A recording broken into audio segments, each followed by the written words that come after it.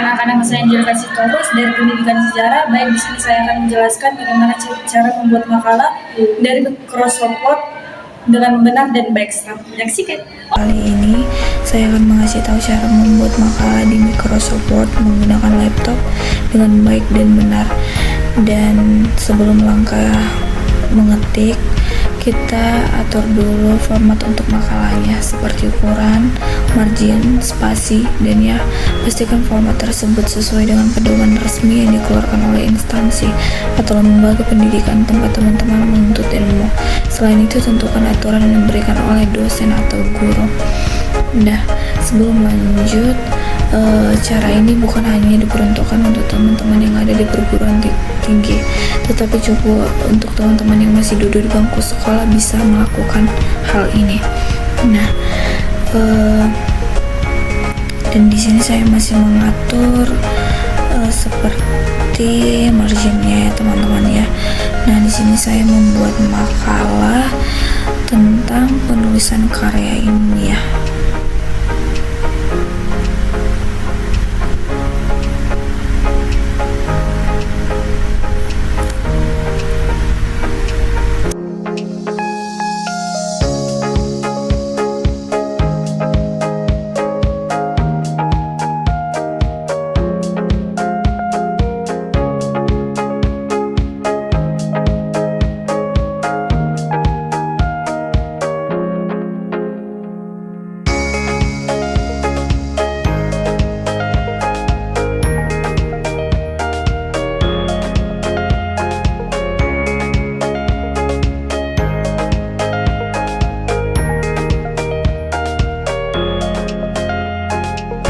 Nah, lanjut di sini topik saya itu topik dan masalah dalam tulisan ilmiah. Nah, sesudah pembuatan judul, kita langsung lanjut nanti ke pembuatan logo ya teman-teman. Nah, logo ini bisa menyesuaikan teman-teman. Saya sedang kuliah di kebetulan saya sedang kuliah di Universitas Negeri Medan, jadi saya memakai logo Unimed ya teman-teman ya. Jadi kita buka picture, lalu kita ambil logo yang sesuai yang kita perlukan. Setelah itu kita tinggal atur saja ukuran sesuai dengan kebutuhan ya teman-teman ya.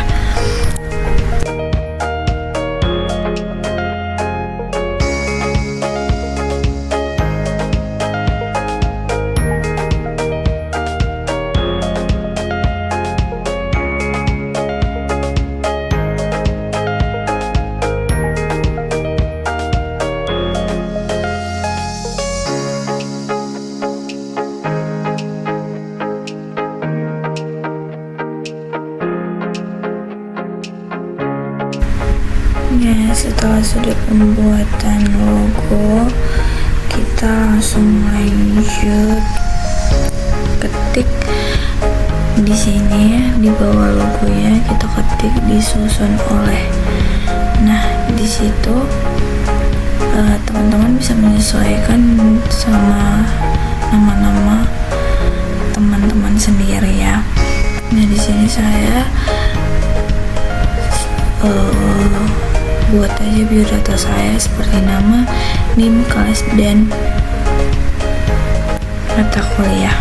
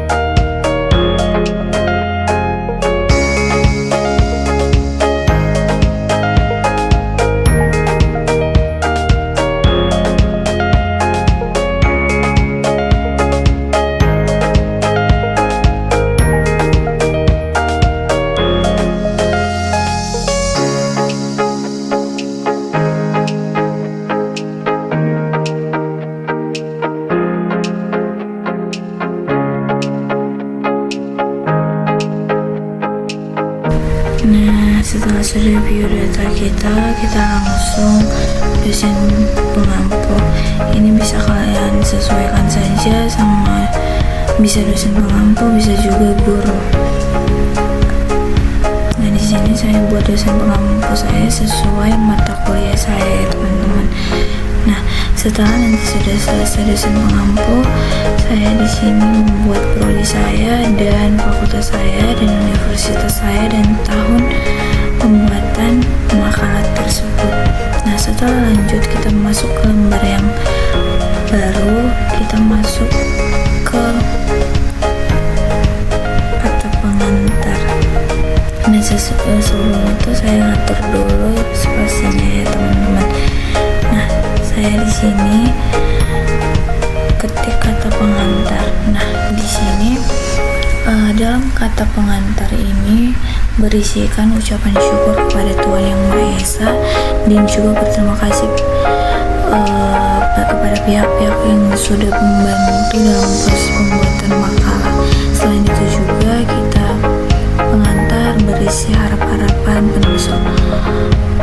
Oh ya, jangan lupa pada bagian bawah sebelah kanan pengantar itu diketikkan tempat dan tanggal dibuatnya makalah tersebut. Kalau teman-teman membuat nama penulis juga bisa disesuaikan saja ya teman-teman.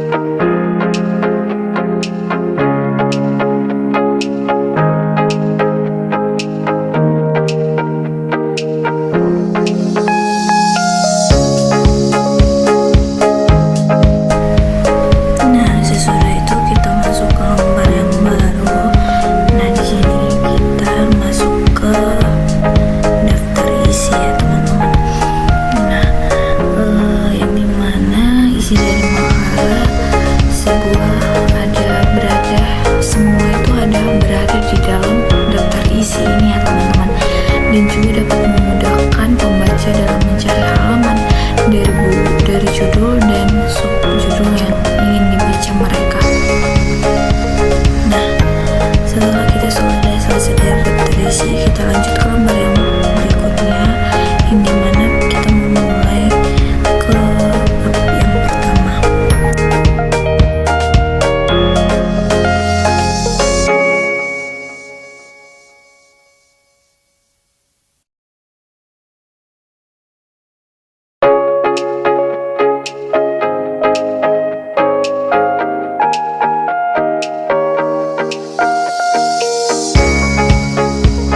Saya sudah mengetikkan bab 1 yaitu pendahuluan, yang dimana dari bab 1 ini terdiri dari beberapa subbab yaitu latar belakang, rumusan masalah dan tujuan ya teman-teman.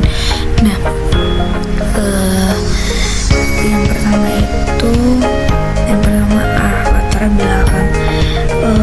Latar belakang ini berisi penjelasan dan alasan-alasan teman-teman mengangkat atau memilih topik tersebut. Sedangkan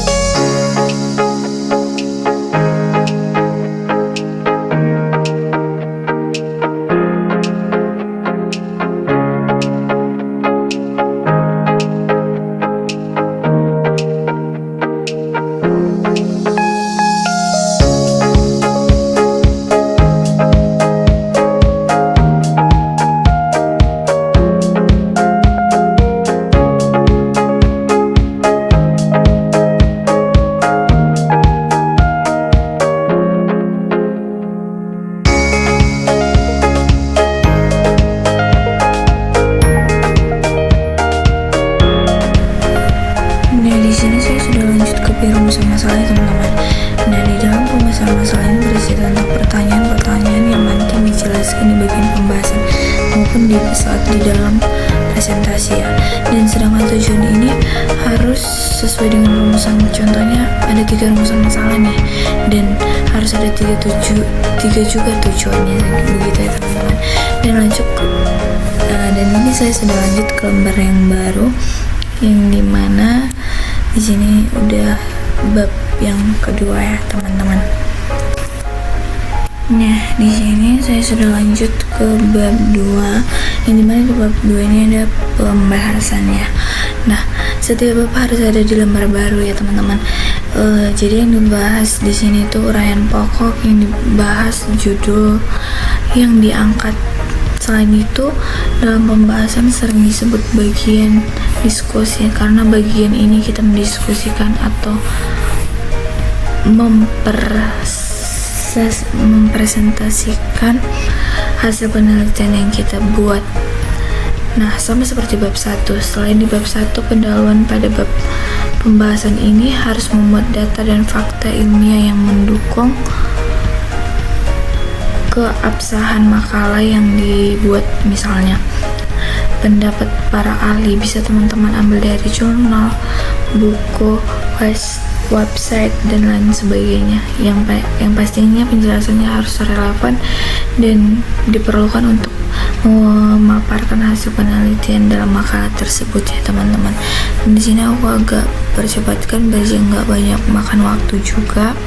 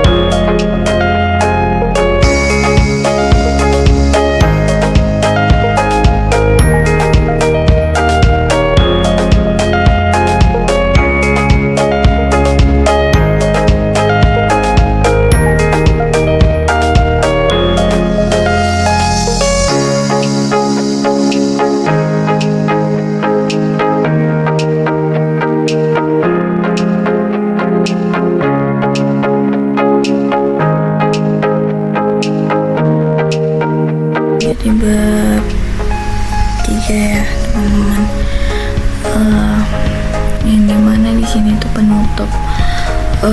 Penutup ini terdiri dari 2 judul atau subbab ya teman-teman. Yang pertama itu kesimpulan dan saran. Untuk kesimpulan, teman-teman bisa ambil saja poin-poin penting dalam pembahasan itu, dalam pembahasan makalah ya teman-teman. Nah, sedangkan untuk sub berikutnya yaitu saran,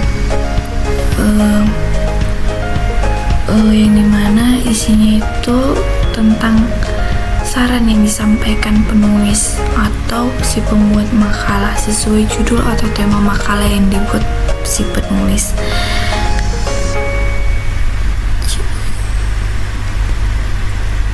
Jadi kurang lebihnya kayak gitu ya teman-teman.